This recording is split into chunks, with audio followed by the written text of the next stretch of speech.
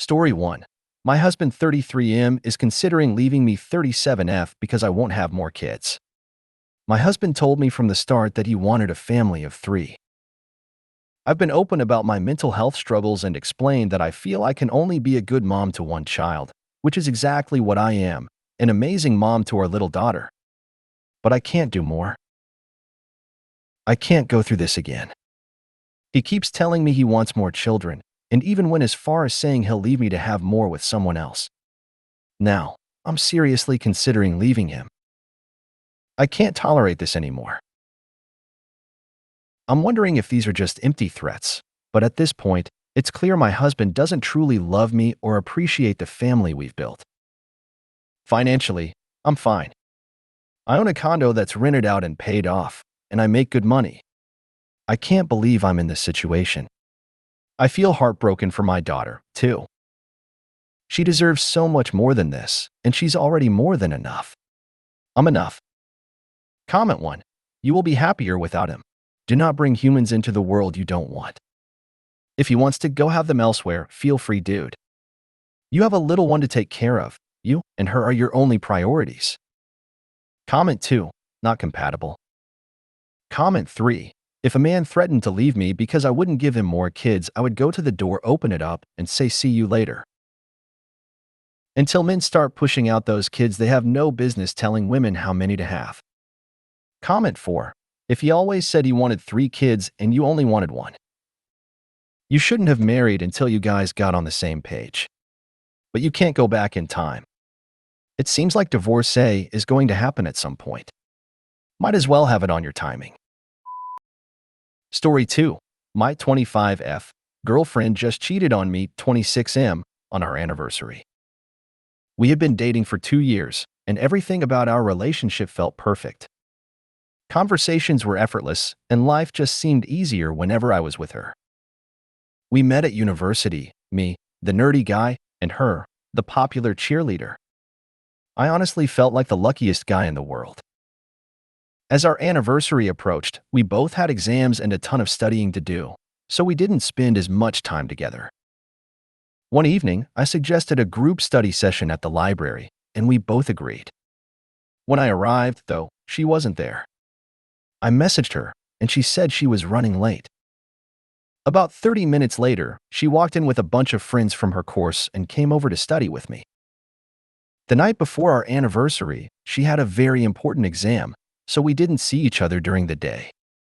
She wanted to focus on studying and do some last-minute prep. Her exam was late in the afternoon, so I waited patiently to hear from her, knowing she'd do great. Eventually, she called, sounding upset, saying that the exam had gone terribly. She was going to go to the bar with some friends to blow off some steam. I told her to take her time and let me know if she needed a lift or a place to crash. The next morning, on our anniversary, I still hadn't heard from her, and I started to panic. I worried that something had happened to her, so I drove to the pub to check.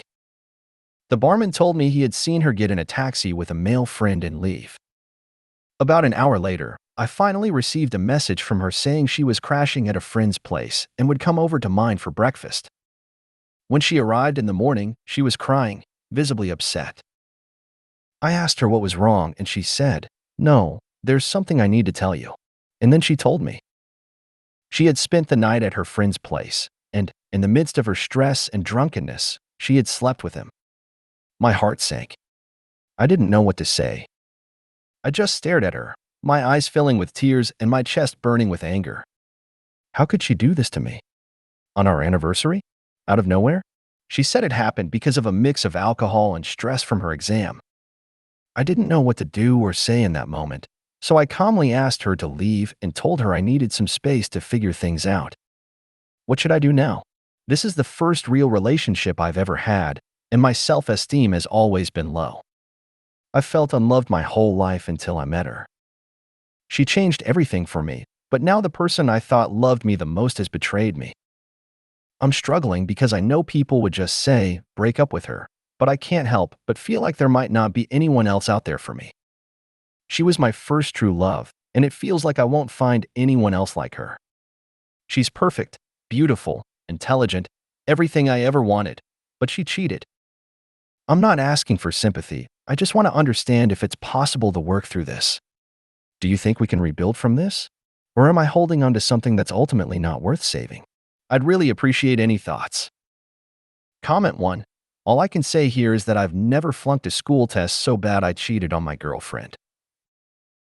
Comment 2. Relationships only work when people view themselves as equals. If you feel so lucky to have her that you expect no basic human decency out of her, then you're not nurturing a relationship. You're building a monster. Someone worried their partner might actually dump them wouldn't have done this. Someone so confident in having the upper hand over the person they're dating would do this and expect no repercussions. It's not like it's going to get any better if you just pretend like this cheating never happened. Comment 3. Being with a cheater is going to be worse than looking for someone new. Comment 4. I don't really buy the excuse. I was so bummed from my exam I needed to sleep with someone, but apparently not my perfectly good boyfriend waiting at home. A good partner just doesn't do that. I understand your concern about finding someone else, but it would be hard for me to move past this. Story 3. My GF, 21F, is horrible in bed, 23M. My girlfriend and I have been dating for 10 months. She's a wonderful partner in many ways. She clearly loves me, treats me well, and puts effort into our relationship. However, I'm finding it increasingly difficult to reconcile her amazing qualities with her unsatisfying sex life, and it's taking a toll on me.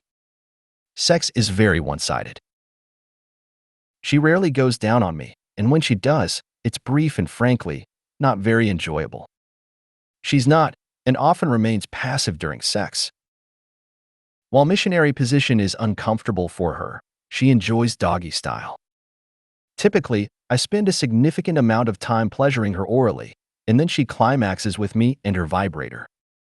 I often feel the need to pleasure myself because she doesn't reciprocate or even touch me. I feel like there are too many hurdles to overcome before I can even begin to enjoy myself. I've communicated my feelings of neglect and dissatisfaction multiple times, but things haven't improved. I feel neglected and almost never reach climax. Despite my efforts to express my needs, the situation remains unchanged. Comment 1. I think the biggest thing that nobody is talking about is that she didn't change. You can be bad in bed, but communication is supposed to make it better for both. She's actively choosing not to please you after you've communicated what you need to feel wanted. To me, that is a deal breaker. I've broken up with dudes over this. It's the most intimate thing you can do, and she's showing you that she doesn't care about your needs. I'd have one more conversation with her, implying that this is deeply affecting your feelings about the relationship. Be completely honest. If nothing changes, you need to follow through, unless you're content putting up with it. Comment 2. You know that you don't have to continue dating this person. Plenty of other options out there. If you made it to the end of the video, thanks for watching.